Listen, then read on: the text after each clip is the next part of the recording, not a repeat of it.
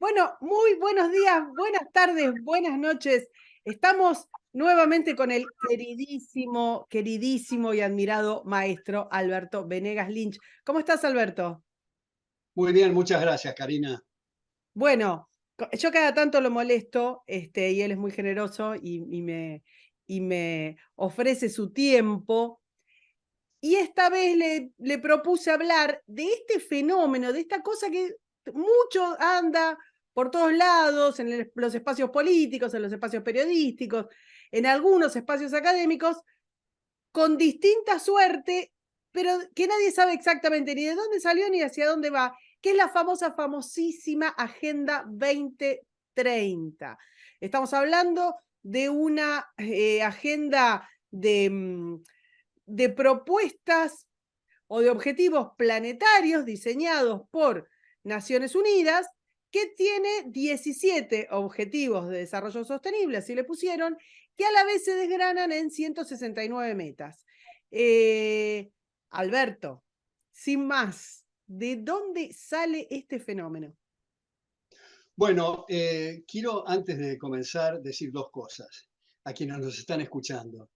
Primero, que es un gusto inmenso hablar con Karina, siempre la sigo, leo sus trabajos, tiene, como todos ustedes sabrán, una pluma extraordinaria y sobre todo en el contenido abre rumbos que muy poca gente se imagina o muy poca gente los estudia, de manera que es algo que nos refresca y nos hace mucho bien a todos nosotros. El segundo punto que quería señalar es que tuvimos una especie de transmisión de pensamiento con Karina, porque cuando me invitó para hablar de la Agenda 2030, yo acababa de enviar a mis columnas semanales en Infobae, los sábados, algo que se llama ¿De dónde sale y qué es la Agenda 2030? Que va a salir este sábado.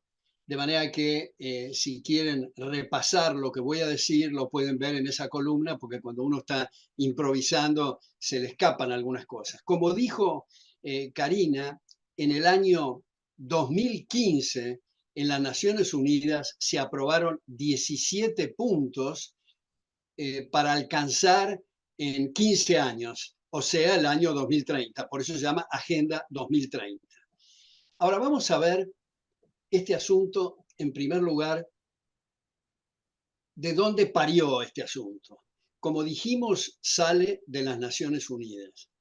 ¿Y qué son las Naciones Unidas? Bueno, hay varios aspectos a analizar acá.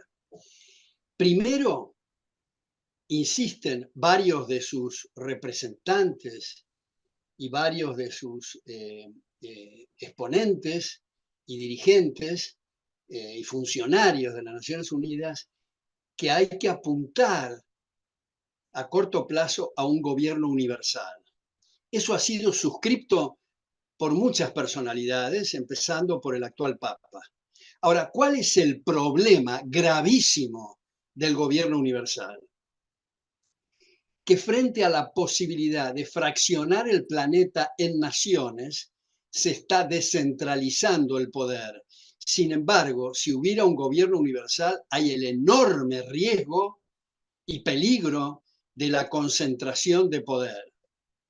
Esto no es para tomarse las naciones en serio, en el sentido de bloquear fronteras de movimientos de capitales y de personas, pero sí para descentralizar el poder, y cuanto más liberal o republicano sea un país, más descentraliza a su vez en provincias o estados y a su vez en municipalidades. Imagínense que frente a los problemas que estamos hoy en el mundo y los abusos de poder que hay, ¿qué es lo que sería el espanto y el horror si concentramos en cualquiera de los dirigentes actuales todo el poder del planeta?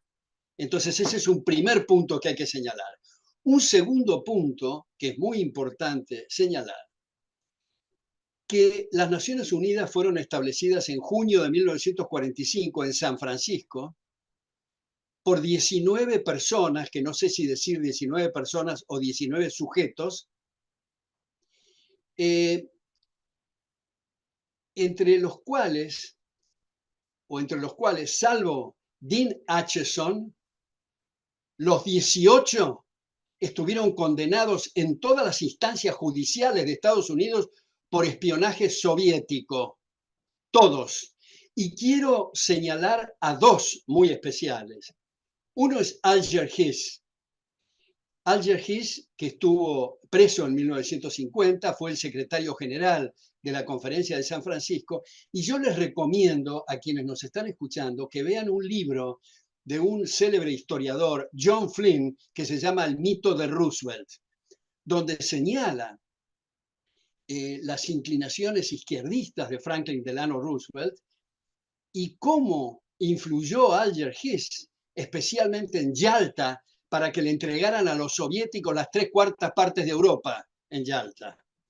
Y el segundo personaje que quiero señalar es Harry Dexter White, que fue junto con John Maynard Keynes el fundador del Fondo Monetario Internacional, tema del cual ya hemos hablado con Karina en otras de las reuniones, pero solo digo acá dos cosas de Keynes. Primero, que fue el mayor apóstol de la inflación de todos los tiempos, y segundo, que en la traducción alemana en 1936 de Keynes, de la teoría general del interés, la ocupación, el dinero, en plena época nazi, dijo Keynes que su libro era mucho más adecuado para un sistema autoritario que un sistema de libre concurrencia. O sea, a confesión de prueba, a confesión de parte, relevo de prueba. Quiero Bueno, decirle a los amigos ahora, que tenemos una charla especial sobre el FMI. Vamos a poner después el link donde desgranás exactamente cómo funciona y el daño que ha hecho histórico, ¿no? perfecto. Para no repetir eso, digo que el cargo clave de las Naciones Unidas es el asistente al secretario general para asuntos políticos y del Consejo de Seguridad, pues del año 45 al año 63, todos fueron soviéticos, todos de la URSS. Bueno, ahora, algunas de las cosas que quiero señalar aquí de las Naciones Unidas es su repulsiva expulsión de Taiwán y el ingreso de China, su apoyo a Patrice Lumumba, el terrorista, su ausencia de la invasión rusa a Checoslovaquia, el tema muy pastoso de las Naciones Unidas sobre los derechos humanos. Siempre he dicho que derechos humanos me parece una calificación, una expresión ya de por sí muy dudosa, porque los derechos no son vegetales, minerales ni animales, son siempre humanos. El que habla de derechos humanos ya me parece que empieza mal, con derechos es suficiente. Pero en todo caso, además de los derechos humanos, la CEPAL, la FAO y otras de las instituciones de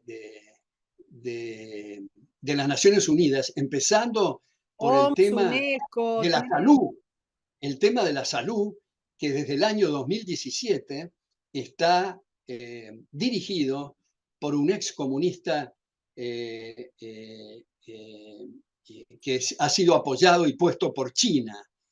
Y además quiero agregar una cosa que a mí me parece sumamente interesante, que es en el libro de Paul Johnson, A History of the Modern World, donde dice que el 1 de octubre de 1975, la Asamblea General de las Naciones Unidas recibió con aplausos de pie a Idi Amin Dada, que, como decía Paul Johnson, es el primer caníbal con refrigeración, puesto que se comía, se engullía a sus presos que los tenía después de matarlos en la heladera, en el refrigerador. Además de haber sido un corrupto fenomenal que en su época le encontraron 8.000 millones de dólares, de esa época, como digo. Ahora, no solo fue aplaudido cuando entró, sino después de mandarse una perorata contra el mundo libre, fue aplaudido de pie también a la salida. Ahora, esta es la razón, y aquí termino con el tema de las Naciones Unidas para ir a la agenda 2030. Esta es la razón por la cual muchos personajes, empezando por el 3 veces candidato a presidente en Estados Unidos y congresista Paul Johnson, perdón, discúlpenme, Ron Paul, que dice Ron Paul que Estados Unidos tiene la obligación moral de dejar de financiar a las Naciones Unidas para que esa institución se clausure lo antes posible. Y si no es posible que se clausure, por lo menos que no esté en territorio norteamericano. Esto dice Ron Paul y es acompañado por varias de las otras personas. Bueno, de ahí parió el tema de la Agenda 2030. Para no tomar una cosa excesiva en los tiempos, voy a señalar unos pocos puntos de esa agenda de 17 puntos, pero también hago una pequeña nota a pie de página acá antes de mencionar algunos de los puntos, y es que recomiendo la lectura de 2 libros que lamentablemente no están traducidos al castellano sobre las Naciones Unidas. Uno es de Orwell Watts, que ha sido asesor económico en esa época de la Cámara empresaria más importante del mundo, que es la Cámara de Comercio de Los Ángeles. El libro se llama United Nations, Planned Tyranny, las Naciones Unidas, planificación de la tiranía. Y el segundo, que en esa época era uno de los periodistas más reconocidos en CSN, Griffin, que se llama The Fearful Master, A Second Look at the United Nations. Es decir, el amo que hay que tener, es una traducción mía al correr de lo que estoy diciendo, el amo que hay que temer, una segunda mirada a las Naciones Unidas. Recomiendo porque la bibliografía, el contenido y las reflexiones que hacen de esa institución, que mucha gente venera inocentemente en muchos casos, contiene peligros, lo cual, agrego, no quiere decir que no hayan habido personas de buena voluntad que han influido en distintas instancias para darle un sentido razonable a esa institución. No excluye que eso exista, pero lo que quiero decir son las líneas más importantes. Bueno, las agendas. Una primera agenda, y no estoy poniendo en orden cronológico de lo que dice la Agenda 2030, sino un orden que yo estoy estableciendo, es el llamado ambientalismo. Acá hay una cosa, me parece muy importante, y es que acá recomiendo nuevamente, y está en YouTube, no hay necesidad de comprar el libro, de 3 autores que voy a señalar. Es en primer lugar el premio Nobel en física, Ivar Giaever. En segundo lugar, y ahora voy a decir qué dicen, es el expresidente de Greenpeace de Canadá, Patrick Moore. Y en tercer lugar, el fundador y primer CEO de Weather Channel, John Coleman. Los 3 dicen que esto del ambientalismo está basado en tremendos errores de cálculo, de diagnóstico y de comprensión de lo que son, digamos, esto lo estoy poniendo en mis palabras, los cambios de órbitas, de velocidades, de distancias en el universo, que es una arrogancia pensar que las consecuencias de esas modificaciones son debidas a lo que hace el ser humano, que lo excede en mucho. Pongo otra nota a pie de página y digamos, tengamos en cuenta los fenómenos que ocurren, que la Tierra gira sobre su eje a una velocidad de 1000 kilómetros por hora y alrededor del Sol a 100.000 kilómetros por hora. No fue un lapsus, dije 100.000 kilómetros por hora. Entonces, pequeñas modificaciones de alejamiento, acercamiento del Sol, en fin, producen una serie de modificaciones, como dicen estos autores, en la época de los dinosaurios, por ejemplo, había un calor espantoso, una tupida vegetación, y una serie de cosas se hacían ocurrido a través de los tiempos. Y hay cosas también contradictorias que señalan estos autores. Por un lado, el efecto invernadero y por otro lado, el calentamiento global. En el calentamiento global, dicho sea de paso, dicen estos autores que cuando se perfora no me sale en este momento, cuando se perfora la capa de ozono, entran rayos ultravioletas que tocan la superficie marina, lo cual hace que suban nubes de altura y hay un enfriamiento, no un calentamiento. Pero dicen estos autores que si bien es cierto, muchísima gente hay de buena fe que cree en la cuestión del ambientalismo, hay otros que lo sustentan porque están recibiendo fondos en sus fundaciones para seguir con el tema, aunque no esté basado en datos ciertos. Ahí Glenn Beck, un periodista de Fox News de hace tiempo, creo que no está más en Fox News, pero en fin, él decía que Glenn Moore, que ha sido vicepresidente de Bush en su momento, que hablaba que las aguas iban a subir, y dice Glenn Beck, dice que iba a subir principalmente en el Pacífico. Y miren ustedes si hace un enfoque la cámara y muestra las mansiones que se hizo este personaje en ese lugar porque bajaron los precios brutalmente. Bueno, no es todos los casos, hay muchísima gente preocupada de buena fe, A modo pero es de importante. chisme, a modo de chisme, la familia de estos propaladores del alarmismo climático están siendo contratada como cualquier país bananero, contratada dentro de distintas secretarías y agencias de ONU, porque como bien vos decías, ONU tiene para el alimento FAO, para la niñez, UNICEF, para la salud, OMS, para el trabajo IT, o sea, tiene un montón, es una burocracia, pero te diría, es una hidra, ¿no? Cortás una cosa y salen como 20. Exacto.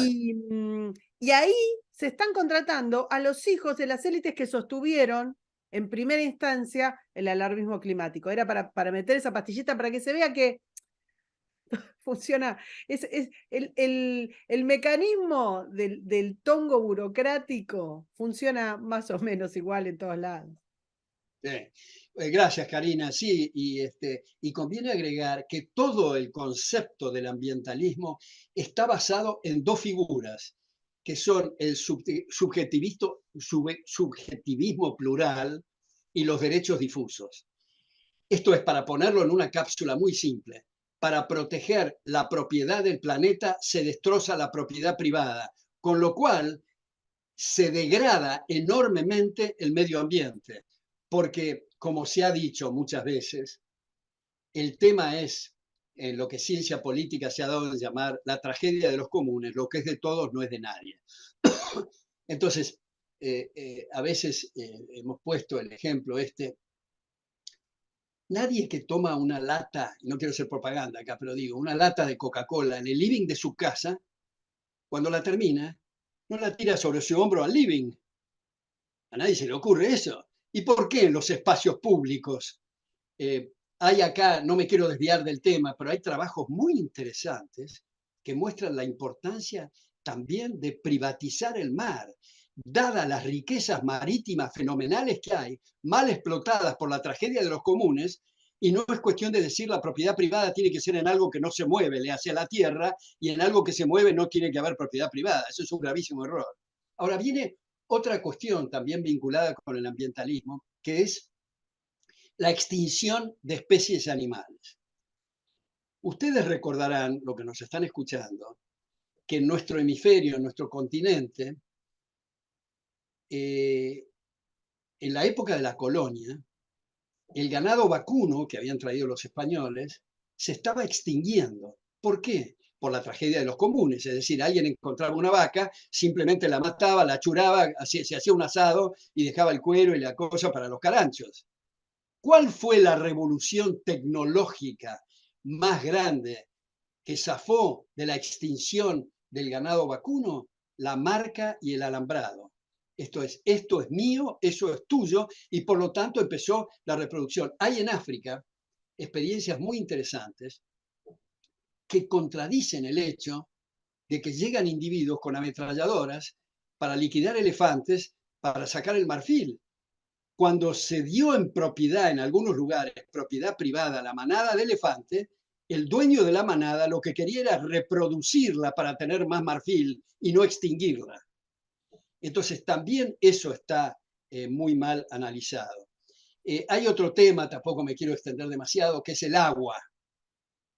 La precipitación pluvial en lugares como Sri Lanka y Haití es mucho mayor que en Australia. Sin embargo, en estos lugares hay problemas de agua contaminada y en Australia no hay. ¿Por qué? Porque la recepción y la distribución está hecha con los incentivos privados y no la aniquilación. Hay un premio Nobel en economía, Vernon L. Smith, que tiene análisis muy bueno sobre el asunto del agua, diciendo que tratándose de un elemento tan importante, requiere los incentivos que nos han explicado otros economistas como Gary North, Harold Dempsey, Ronald Coase, sobre la importancia de los incentivos. Esto es, para ponerlo de una forma un poco pedestre y gráfica, la forma en que tomamos café y prendemos las luces no es la misma cuando nosotros pagamos las cuentas que cuando obligamos que a otros paguen las cuentas. Entonces, esto va para el tema del ambientalismo, lo cual, termino con este punto, con esta afirmación, lo cual no quita que si alguien pretende endosar sus costos a los pulmones del vecino, léase la polución ambiental, no sea castigado con todo el rigor de la ley. Esto es lo que afecta a la vida, la libertad y la propiedad de otros. Pero esto no tiene nada que ver con el ambientalismo, es solamente para subrayar este tema. Otro punto de la Agenda 2030 es la insistencia, el lugar común de los embates a las desigualdades.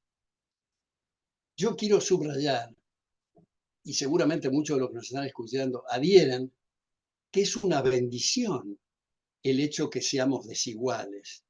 Desiguales desde el punto de vista anatómico, desde el punto de vista bioquímico, sobre todo desde el punto de vista psicológico, desiguales en los talentos, en las vocaciones, en las inclinaciones, en las fuerzas físicas. Eso permite la cooperación social y la división del trabajo. Si se aplicara la guillotina horizontal y si fuéramos todos iguales, todos quisieran ser electricistas y no habría panaderos. A todos los hombres nos gustaría la misma mujer. Sería un horror la vida. Incluso la conversación sería espantosa porque la parla sería igual que con el espejo.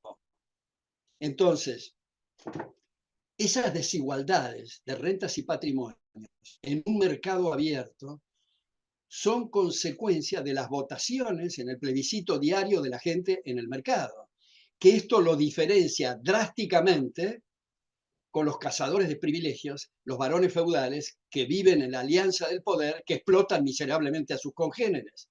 Sin embargo, si estamos en un proceso de mercado, el que más aumenta sus beneficios es porque dio la tecla con las necesidades, los requerimientos y la demanda de su prójimo.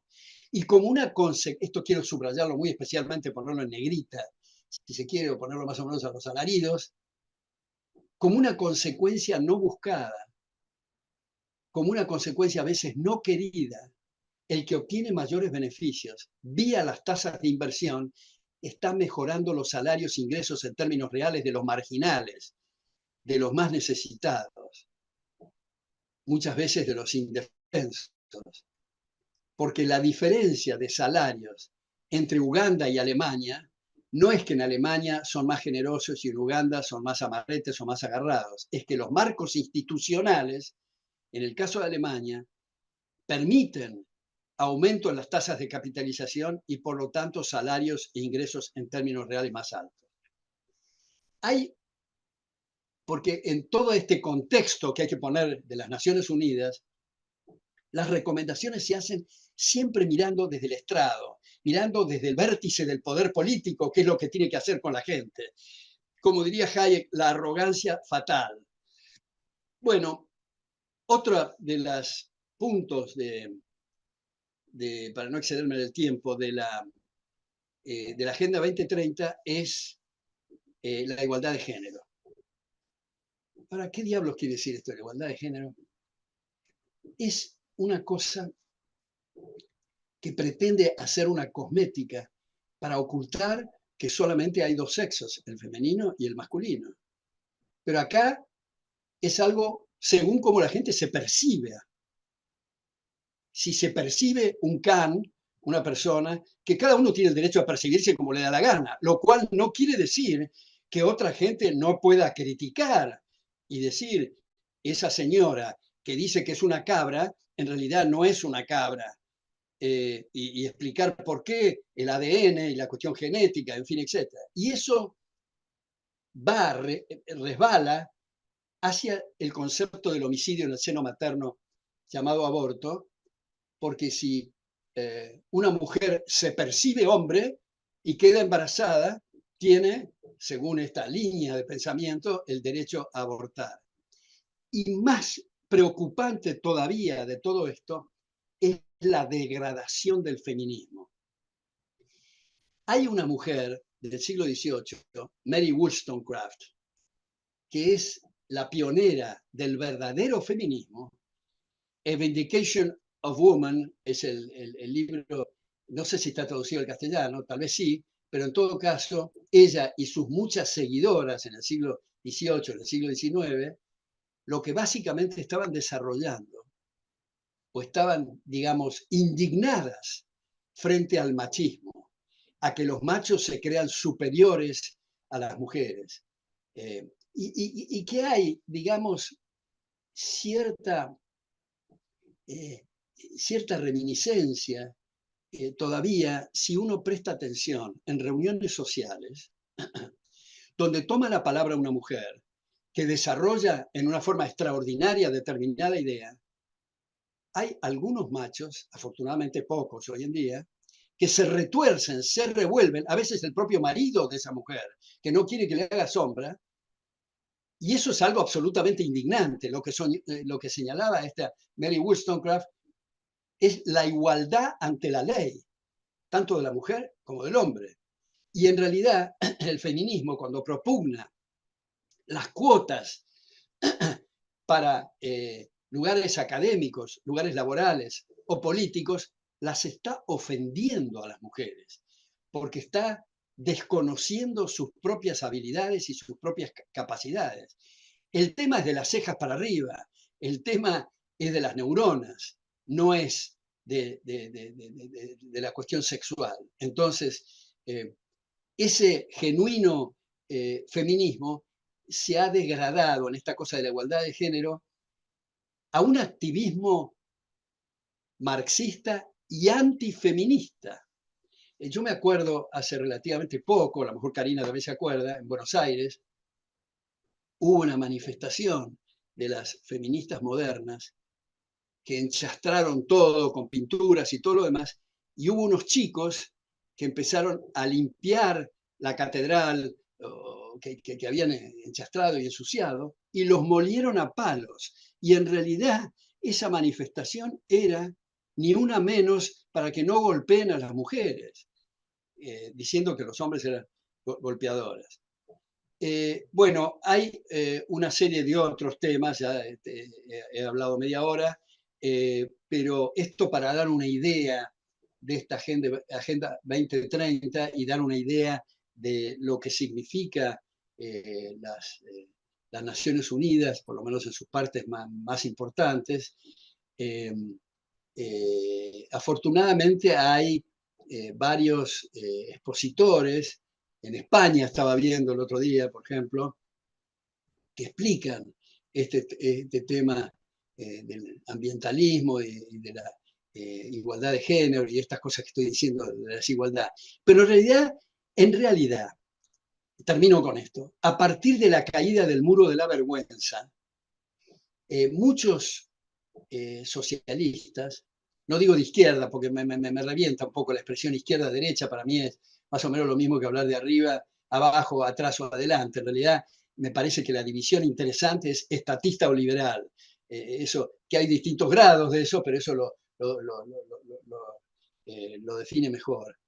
pero me perdí en lo que estaba diciendo. ¿Qué estaba diciendo? Me estabas, me estabas comentando de qué es lo que pasaba con quienes regían todo esto. Quiero hacerte una consulta. Hay una cosa que pasa con la Agenda 2030, que es que cuando uno, y es una constante, cuando uno habla de izquierda y derecha es más o menos para ubicarse. Es cierto que los términos están en constante evolución y que ya ninguno de los dos dice mucho. Sobre todo cuando se ve los mecanismos narrativos y entonces tenés distintas alianzas contra natura impensadas, pero que actualmente funcionan en paralelo. Por ejemplo, el corporativismo de BlackRock con el feminismo radical del que vos estabas hablando. Entonces, es muy difícil, está todo, cuando hay que elegir las palabras y tenés razón, pero bueno, en general, hay algunas cuestiones que tienen que ver con presentar aquello que vas a hacer de una manera buenista. Cómo describen las leyes, cómo describen los protocolos, cómo describen las agendas. Si uno mira los objetivos de la agenda, la famosa Agenda 2030, lo que vamos a ver son todos brindis al sol. Imposible estar en desacuerdo. Terminar con la pobreza. No sé, agua potable para todo el mundo. Salud y bienestar para todos. O sea, es muy difícil y es una trampa, si querés, semántica, que Naciones Unidas viene utilizando hace mucho tiempo. Vos lo dijiste perfecto. Naciones Unidas nace en realidad para ser una especie, en el cartelito de la puerta, nace para ser una especie de árbitro entre las naciones, ¿no? Para llevar la paz.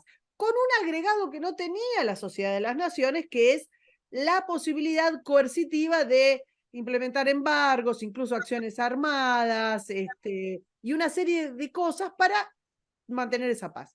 Naciones Unidas no sirvió para mantener la paz en la segunda mitad del siglo XX ni actualmente, lo sabemos perfectamente, fue totalmente inútil para todos y cada uno de los conflictos armados del mundo, pero sí se metió con el tema de derechos humanos, primero haciendo su Declaración Universal, que está en una oficina, la Oficina de Derechos Humanos de Naciones Unidas, está manejada casi exclusivamente por países que no respetan los derechos humanos, de ninguna manera. Pero es cierto que siempre fueron, digamos que el tema de derechos humanos fue su mecanismo de entrada y de propaganda. Y a partir de ahí fue generando esta especie de, como de religión laica, en el cual Naciones Unidas es la protectora del bien. Si vos te fijás en los 17 objetivos, claro, al principio, el bien general. Bueno, está bien, todos queremos, nadie quiere el mal general, todo el mundo quiere el bien general. Tienen una frase que me gustaría que reflexiones sobre esa porque es acabar con todo tipo de pobreza, generar una igualdad universal en todos los lugares del mundo. Y cuando dice todo tipo de pobreza, no está hablando de la pobreza material, si querés, sino que específicamente dice todo tipo de pobreza. Entonces ahí te está dando la pauta de que no está hablando de, digamos, de un paradigma de mejora o de desarrollo económico para que la gente tenga, no sé, más acceso a los alimentos, al estudio, a la vivienda, sino una cuestión moral. ¿Qué significa todo tipo de pobreza? ¿Qué es todo tipo de pobreza? Está la Bueno, cuestión. Dale, dale. yo creo, yo creo Karina, que lo que vos decís es tal cual cuando se dice queremos lo mejor para todo el mundo, no se está diciendo nada, hay que ponerlo en contexto. Cuando se pone en contexto es cómo se va a dirigir y planificar esto. Y ahí viene el rol de las Naciones Unidas y viene el espíritu de estos 17 puntos. Cuando se dice reducir la pobreza, es la intervención de los aparatos políticos para lograr ese objetivo. Y sabemos que cuando se mete el aparato político está aumentando, no disminuyendo la pobreza. No hay más que mirar el caso del continente africano, que es el continente que más recursos naturales posee en el orbe, y sin embargo, salvo Sudáfrica, la mayor parte de los países el hambre y las pestes es lo común. Sin embargo, un país como Japón, que es un cascote y el 20% es habitable, la gente tiene otro nivel de vida como consecuencia de los marcos institucionales. Lo mismo cuando se dice, otro de los puntos de los 17 es un consumo responsable. Esto es, está atrás de eso, y eso es lo importante, que el aparato político va a decidir qué es un consumo responsable. Y eso es lo que produce un consumo irresponsable y un consumo de las tasas de capital que permiten disminuir salarios. Ahora, lo que vos decías al principio, derecha-izquierda, yo tengo cierta alergia a esas expresiones por lo ambiguo y lo confuso y contradictorio que aparecen. Cuando se habla de derecha, se quiere decir, por una parte, políticas fascistas y por otra, conservadoras en el peor sentido de la expresión, es decir, atados al statu quo. Y cuando se habla de izquierda, en realidad la izquierda ha renunciado a sus fines. Si nosotros vemos que en el origen de la Revolución Francesa, en la Asamblea Constituyente, los que se sentaron a la izquierda eran los que se oponían al privilegio y al abuso de poder, resulta que con el tiempo las izquierdas hicieron una alabanza y un aplauso a las botas, porque el poder son las botas y es la fuerza. Entonces, dadas esas confusiones que hay, por eso digo, estatista o liberal, me parece más claro para definir los campos. Hay también, bueno, una serie de otros puntos, ¿no? El punto de la educación. Me voy a agarrar del tema estatista, no me quiero ir de ahí. Porque lo que subyace de estos 17 objetivos es que no solo van a determinar aquello que es, por ejemplo, la pobreza, aquello que es la responsabilidad, aquello que es el consumo, aquello que es el bienestar. Consideremos que estamos hablando de un grupo pequeño de personas que han decidido la escala moral planetaria. Esto ya me parece delirante por mejor voluntad que le pongas, por más bondad que haya en tu corazón. La famosa fatal arrogancia de Hayek. Y quiero recordar también que Mises es el primero en criticar la Sociedad de las Naciones, que ni hablemos si viera cómo está ahora Naciones Unidas, hablando precisamente de los riesgos que implica el poder de lo supraestatal. Porque es lo que vos decías al principio, la hiperconcentración del poder en la cabeza de iluminados. Y ya no me importa si son buenos o son malos, porque la concentración del poder ya te va a derivar en una corrupción propia de tener el manejo global. Ellos agarran y empiezan a tener distintos objetivos en todos los marcos, que vos estabas por ingresar al tema educativo y me súper importa, pero todas las recetas que están derivadas cuando desgranás los objetivos son de corte estatista. O sea, es el Estado el árbitro, el que cierra y el que apaga la luz. Es el Estado el que debe garantizar cosas, el que debe promover cosas, el que debe castigar cosas. O sea, todos los 17 objetivos son estatalistas.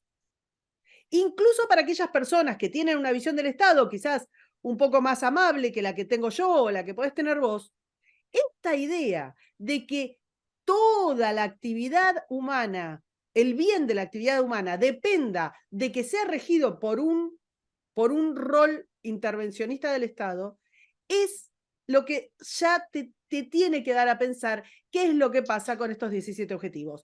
Vuelvo a insistir, por más título buenista que le pongas y contra el cual, bueno, ¿estás en contra de que toda la gente tenga agua potable? No, claro que no. ¿Qué tiene que ver? El tema es cómo lo desgranas después. Claro. Sí, yo creo que es muy importante esto que vos estás diciendo, también ahora agregás, Karina, y quiero hurgar un poquito en tu mención de lo moral. Yo creo que hay dos dimensiones de la moral. Uno es la cuestión intrapersonal, o sea, lo que hacemos nosotros con nuestra vida en la intimidad. Y otra, que es la que nos interesa en este contexto, son las relaciones interpersonales, o sea, con nuestro prójimo. ¿Cuál es el eje central de la moral? El respeto recíproco. Y el respeto recíproco es precisamente el eje central, la columna vertebral del espíritu del liberalismo en cuanto a respetar la vida, la libertad y la propiedad. En la medida en que se falta el respeto, esto es, se invadan derechos del prójimo, es inmoral, aunque se haga bajo la etiqueta de lo moral. Claro, bueno, justamente hay otra cosa que tiene que ver con esta imposición, y me voy a agarrar del tema moral. Ir con tu marco ideológico cultural, imponer tu marco ideológico cultural, considerar que tu marco ideológico cultural es tan superior que debe ser impuesto a otros, ya es una locura. Y si vos eso lo extendés a la extorsión, que es lo que ha pasado con algunas agencias, concretamente con FAO, que ha condicionado con FAO o ha ocurrido también con agencias de UNESCO, que han condicionado la ayuda a la aplicación de sus recetas, ha pasado en Sri Lanka, ha pasado con ayudas a los alimentos, ayudas con los medicamentos, que se hacían a condición de que el que recibe comprara el marco ideológico que estaba implementando ONU. Y esto lo vuelvo a decir, aún en lo más abstracto, considerando que, como vos bien dijiste, el origen de ONU es un origen socialista y la actualidad de ONU, además de estar dirigida por el ex secretario de Partido de la Internacional Socialista, un socialista, hay el 70% o más de las oficinas de ONU son o de líderes chinos o ex socialistas o ex terroristas, o sea, hay un patrón como para no hacerse el distraído. Y ese marco es el que se aplica después en las políticas públicas. Y las políticas públicas son sobre las que ONU y sus agencias hacen presión en los países. Esa es la razón por Sí, la cual nosotros vemos las mismas leyes en distintos países que surgen además en paralelo. sí, yo subrayo muy especialmente, enfatizo lo que vos dijiste de los marcos ideológicos. Yo hace tiempo en La Nación publiqué un artículo que se llama El liberalismo como anti-ideología.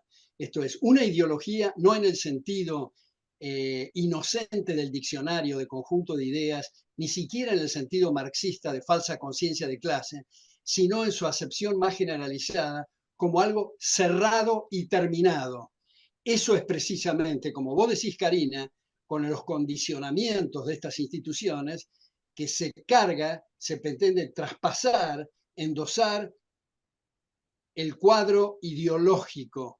Esto es algo cerrado y terminado, antiliberal. Yo agregaría a los ejemplos que vos diste el ejemplo de la CEPAL, que es el ejemplo de los ejemplos creado por Raúl Previs, digamos, como medidas absolutamente estatistas e intervencionistas para todos los países, en este caso de América Latina.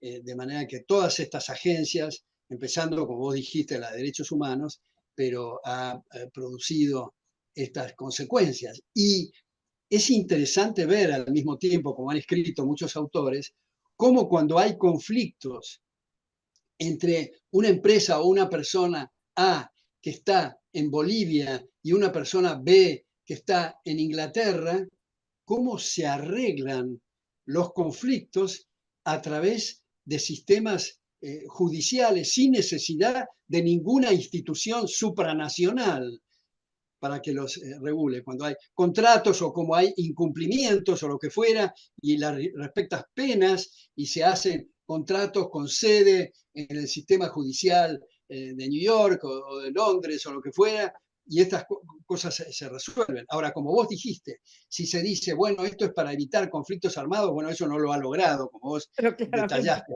hace poco. claramente no. Entonces, Hay claro, otra cosa que también, porque vuelvo a decir lo mismo. Vos podés decir el acceso al agua.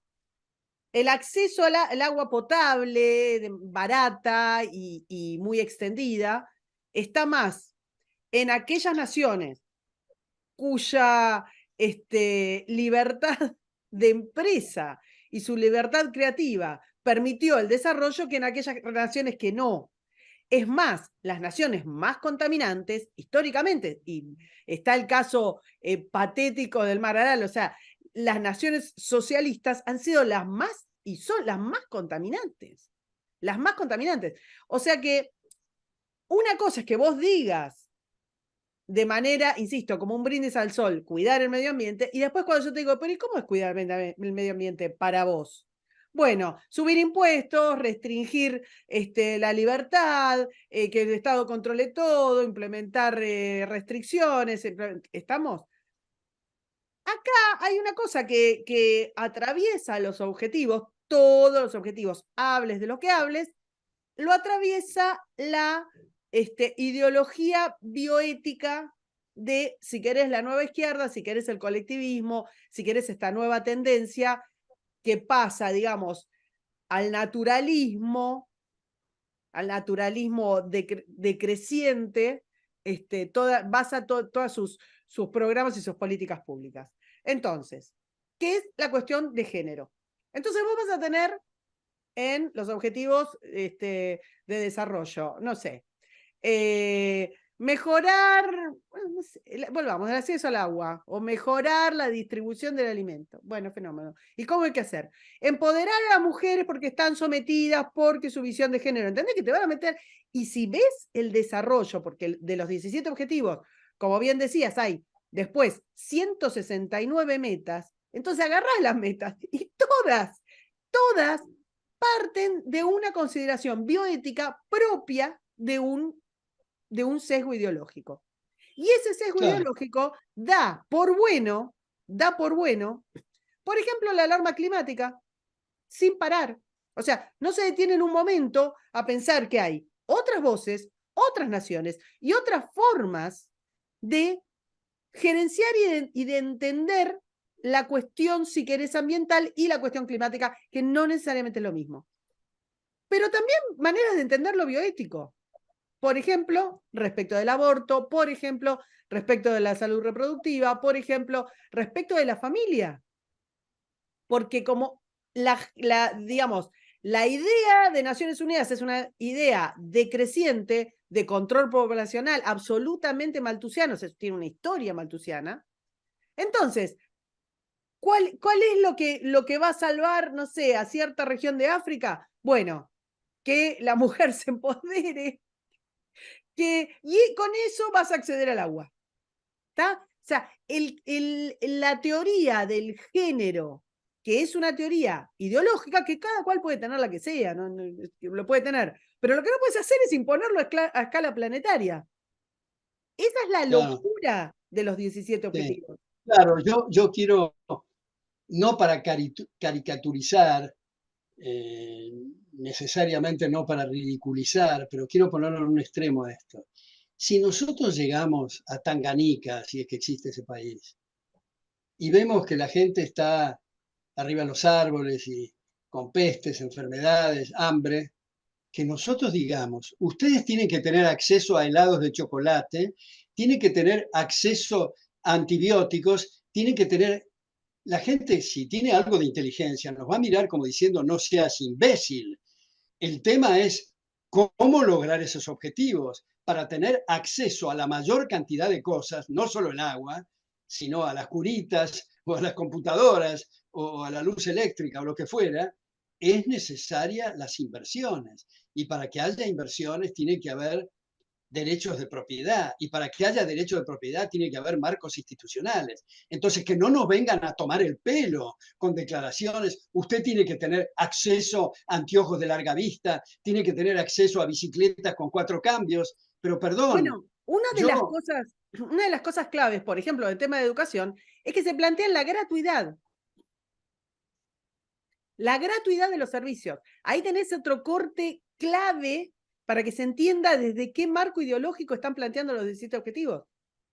Porque todo muy Bueno, yo lindo, creo, con que la gente sí, esté educada. ¿Qué vas a decirme? ¿Hay alguien en el mundo que va a decir, no, no quiero que la gente se eduque?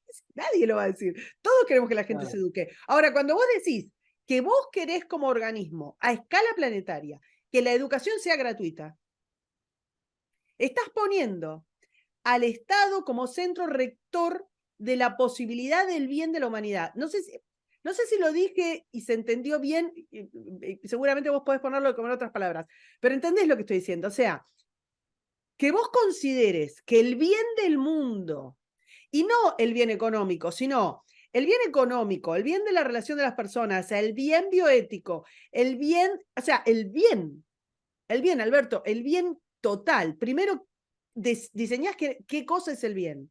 Después lo impones a escala planetaria. Y el órgano rector es el Estado.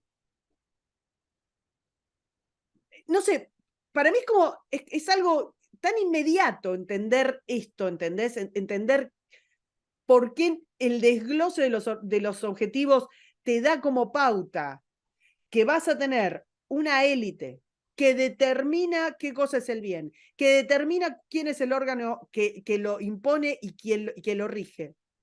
Y que eso es además a escala planetaria. Y al que le gusta bien y al que no es un negacionista y todas esas cosas. Y es una locura, perdón. Seguramente vos lo podés explicar mejor que yo y yo me no, apasioné. no, está muy, muy claro lo que vos decís y muy didáctico, Karina. Yo agregaría lo siguiente. Uno de mis libros se llama Nada es gratis, para tratar precisamente de elaborar sobre ese tema. Cuando decimos que hay que darle a fulanos algo gratis, quiere decir que otro la va a tener que pagar. Ahora, el punto me parece más interesante es que cuando se dice que al grupo A hay que darle algo gratis, quiere decir que el grupo B la tiene que financiar. Y si el grupo B la tiene que financiar y en la medida en que la financie, ese millonario, digamos el más millonario de la comunidad que se le ponen impuestos muy pesados, ese más millonario de la comunidad no va a dejar de tener autos de alta gama, ni va a vender su mansión, ni va a dejar de comer. ¿De qué va a dejar de hacer? Invertir. ¿Y qué quiere decir dejar de invertir? Reducir los salarios de los marginales. O sea, el contribuyente de facto es el más necesitado. Trampas, me parece a mí verbales, que han perjudicado muchísimo esto que se ha llamado el populismo. El Estado tiene que dar. ¿Quién es el Estado? No son los funcionarios que ponen de su patrimonio, es del vecino que le arrancan. Entonces, esa es la diferencia. Y lamentablemente, Karina, seguramente vos suscribís, lamentablemente, el baluarte del mundo libre que tradicionalmente ha sido Estados Unidos, ha reducido y ha decaído enormemente en sus valores y tenemos que reflotar esto y hacer esfuerzos educativos, como vos hacés, Karina, en tus textos, en tus trabajos, en tus escritos, entrevistas, coloquios, etcétera, porque esa es la única forma. Los que tenemos experiencia en la cátedra sabemos que el tema no es maldad ni mala voluntad de las chicas y los chicos que los tenemos un semestre o un año, sino que no han tenido la oportunidad de escuchar otra campana. Y cuando escuchan otra campana, la relación alumno-profesor se hace, te diría, una relación de amistad. Y mi experiencia es, porque tengo latiguillos en los primeros días de clase que digo que si algo no resulta claro, por favor interrúmpanme, si no están de acuerdo, por favor discútanme, pero si creen que soy claro y creen que están de acuerdo, hagan de abogado del diablo. Porque ese ejercicio permite sacar todo de adentro y que no queden murmurando o en su familia o con sus colegas, bueno, esto no estoy de acuerdo, no, que lo digan. Y mi experiencia es que los mayores discutidores, los mayores rabiosos en clase, terminan siendo los mejores. Hay algo, Si uno permite ese feedback, digamos, con los alumnos. Porque claro, si entran a la universidad y están 5 o 6 años con el cuadernito y le repiten las mismas cosas, no hay posibilidad de zafar, Por eso el tema educativo, el tema de las aulas, el tema de los artículos, de los ensayos, de los libros, de los debates, de las reuniones y como estas las que estás haciendo, me parece que son muy importantes para tratar de clarificar ideas, ¿no? Hay una cosa con lo que decís que es fundamental. Es cierto que ONU como el organismo multilateral supranacional, digamos, más importante del mundo, pero en el último medio siglo hemos visto proliferar como hongos, ONG, fundaciones, organismos bilaterales, trilaterales, intracontinentales. Hay mucho dinero ahí, hay una cuestión ideológica en la intervención, digamos, de estas actividades, y hay también una cuestión crematística. Hay dinero de los contribuyentes, de los impuestos que pagamos para sostener estos mecanismos de lobby.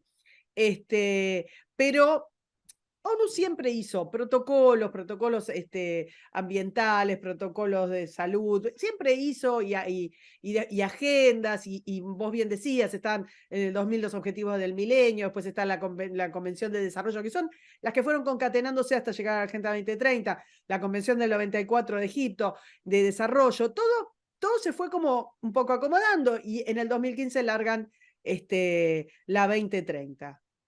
Y siempre fueron cosas que no consiguieron nunca, porque decís, no sé, quiero que todo el mundo sea responsable del consumo. Bueno, qué sé yo, está bien, ¿no entiendes? Imposible de chequear. Son cosas que haces para justificar tu existencia. En cambio, la Agenda 2030, Alberto, ha sido una hoja de ruta con un nivel de penetración cultural y social que nunca tuvo otra agenda de ONU de las cientas que hizo, porque vos sabés muy bien, conoces perfectamente la historia de ONU, aparte diste mucho, mucho para que la gente lea sobre la historia de ONU, siempre hicieron estas cosas, protocolos, siempre lo hicieron. ¿Por qué es distinta esta?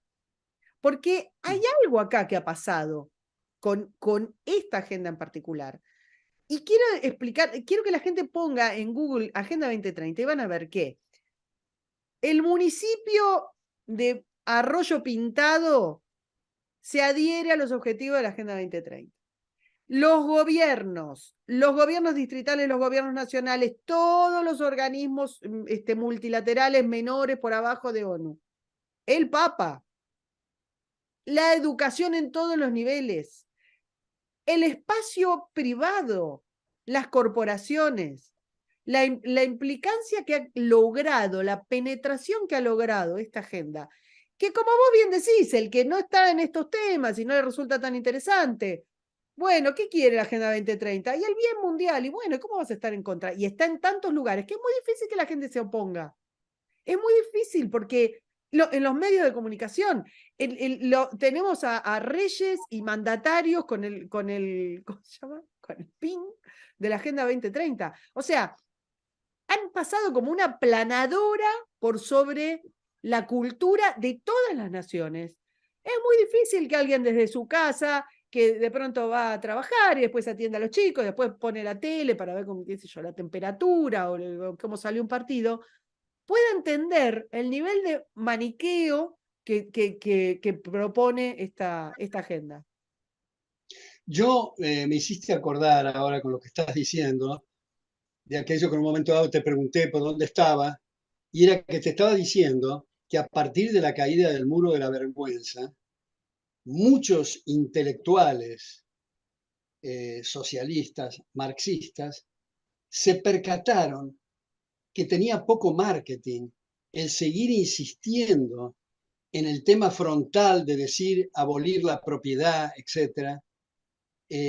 Con la caída del muro de la vergüenza se puso en evidencia no solo el tema humanitario, sino el tema técnico, es decir, donde no hay propiedad, no hay precios, no hay contabilidad, evaluación de proyectos ni cálculo económico, no sabés si conviene hacer los caminos de oro o los caminos de asfalto, no hay forma de hacerlo, si no hay precios. Entonces, es como si hubieran acordado, vamos a entrar por otro lado, vamos a entrar por el tema del ambientalismo. Y en lugar de estar diciendo que hay que abolir la propiedad, le decimos, Alberto está observando que Karina tiene una propiedad a 3.000 kilómetros de distancia de él, pero tiene unas palmeras que la está talando, yo la voy a ejecutar porque no voy a permitir que tale esas palmeras o que haga tal cosa con su tierra. Entonces, en la práctica, se está destruyendo la institución de la propiedad, pero por una vía elíptica completamente distinta de la cuestión del ambientalismo. Lo mismo lo que vos decías. Es tan importante la institución de la familia, que es la formadora de almas, que en lugar de decir lo de Marx con respecto a la familia, o lo que pasa en Cuba, que cuando alguien contrae nupcias o se casa, al marido lo mandan a un lugar y a la mujer a otro, para que no tengan esa adhesión a la familia y puedan tener solo la adhesión al aparato estatal. En lugar de hacerlo así directamente, hablan de la igualdad de género y la cuestión está del feminismo y la familia y todo lo demás. Entonces, tenemos que reconocer que hay muchos partidarios de la libertad que se han dejado estar, que Sí. tienen que trabajar más las neuronas, que tienen que imaginar, que tienen que poder debatir y argumentar. Y como decían los padres fundadores originalmente en Estados Unidos, el precio de la libertad es su eterna vigilancia. Tenemos que hacerlo todos los días. He dicho varias veces, ad nauseam, te diría, que antes de acostarnos a la noche tenemos que decir, ¿qué hicimos hoy para que me respeten?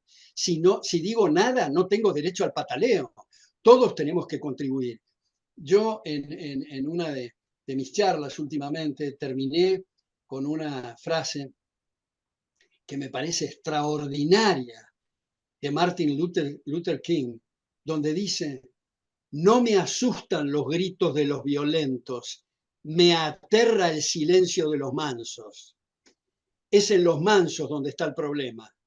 Entonces, tenemos que contribuir y poner nuestro granito de arena y no es necesario, por supuesto que es la mayor fertilidad, el dar cátedra de los libros, los ensayos y los artículos, pero digamos una cosa que ha tenido relativo éxito, digo relativo porque si no, no estaríamos como estamos, digamos, en la Argentina y en otros lugares, son ateneos de lectura.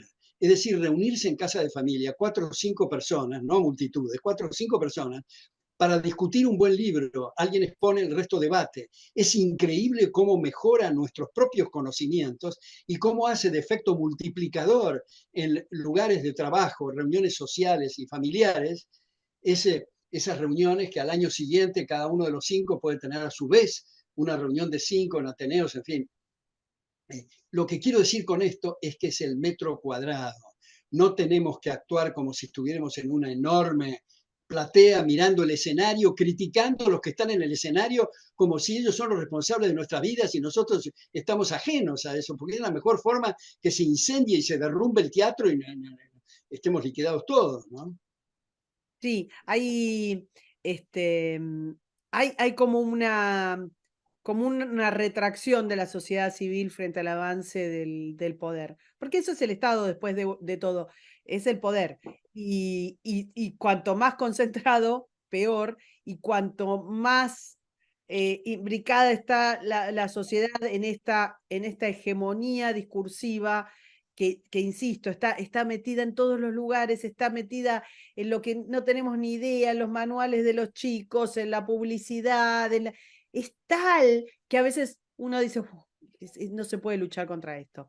Pero bueno, Yo te digo, Karina, que porque ya hace más de una hora que estamos, pero te quiero decir, Karina, a lo mejor eso calma un poquito las preocupaciones, aunque tenemos que seguir con las preocupaciones, pero tus artículos, tus textos incentivan de una forma muy potente para, para contribuir en estas ideas. Casi te diría que es una llamarada, algo incendiario que uno recibe cuando lee tus notas. Así que te felicito por eso. gracias, gracias, Alberto, la verdad, un honor. Bueno, seguramente vamos a seguir hablando de esta agenda, porque esta agenda es una cosa que si uno no estuviera, como bien decís, si uno no estuviera adentro y padeciéndolo, no deja de ser un fenómeno político, social, filosófico apasionante, sinceramente apasionante. Pero bueno, pero es cierto, estuvimos hablando, te saqué un montón de tiempo y vamos a seguir hablando de esta agenda y vamos a poner también el link a cuando desgranaste y contaste la historia del FMI, porque está todo muy relacionado. Todo esto ha comenzado en un momento y se ha desvirtuado y no es casual que estemos actualmente como estamos. Muchísimas, pero muchísimas gracias, Alberto, por este tiempo. Gracias a vos, Karina, por la invitación. Me encantó estar con vos de nuevo. Hasta luego. Suscríbete, me gustealo, compartilo y nos vemos en la próxima. Muchas gracias.